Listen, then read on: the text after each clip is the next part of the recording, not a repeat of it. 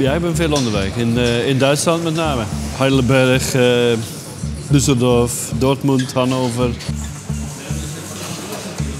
De klanten, grootste aandeelhouders zijn ook Duitsers. Het is vanzelfsprekend dat in de medische technologie de grootste markt in Europa is ook Duitsland. Dus ja, vanuit hier heb je eigenlijk de ideale uitvalsbasis om daar naartoe te gaan. Je doet het met een materiaal.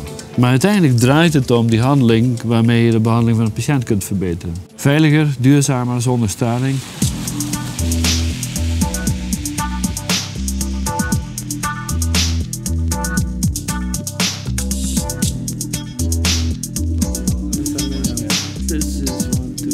De radioloog volgt als het ware de beweging van de draad op de monitor. Dus hij kijkt eigenlijk op de monitor wat hij aan het doen is. Hij kijkt dus precies waar de draad is in de donkerte van de binnenkant van je lichaam. Dus het is eigenlijk een navigatiesysteem.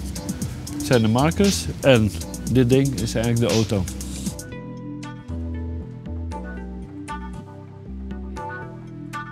Van het idee tot het opleveren, dat duurt heel erg lang. We hebben het over jaren. Het is toch zo, wat ik zei, hè, zodra ik dit ding aanraak, dan denk ik, ja jongens, zo de mythe allemaal op. We gaan ervoor.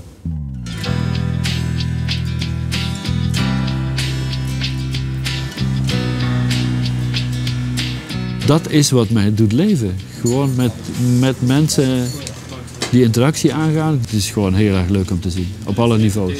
Van laag naar hoog. Dat kan ik van genieten. Daar haal ik wel een stukje energie uit. Ja.